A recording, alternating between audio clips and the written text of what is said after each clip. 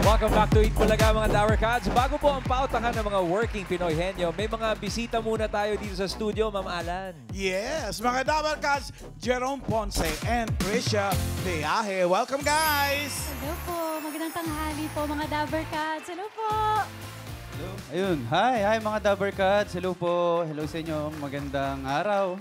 Welcome to Eat Bulaga, guys. Ano tong magandang balita ang dala nyo para sa ating mga Dower Cats? Well, mga Dabber Cats, nako, eto, may talagang good news kami. Dahil finally, lalabas na dito sa TV5 ang aming pinaghirapan. Actually, early this year pa namin siyang talagang pinaghandaan.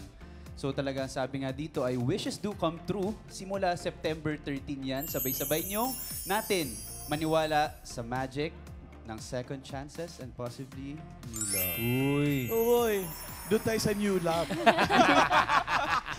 New love. At kami po ay para sa isa't isa. September 13, Saturdays, 5:30 sa weekend trip ng TV5 with same-day catch-up sa Sari Sari Channel. Ay, grabe. Papakiligin nyo na naman kami, guys. Papaasahin nyo kami. Yun, andito yun, pati yung pag-aasa, Yeah. tas magkakabalikan, tas magkakasakitan. Anak ko! Yes. Anak ko! Wala kakabatian ulit. Oo. Well, Cycle. good luck sa inyong bagong palabas, Jerome and Krisha. Thank you. At mga Dower Cats, abangan natin ang Para sa Isa't Isa this September 13. Every Saturday po yan, 5:30 p.m. only here on TV5. Thank you, guys! Thank you very Maraming much. salamat po.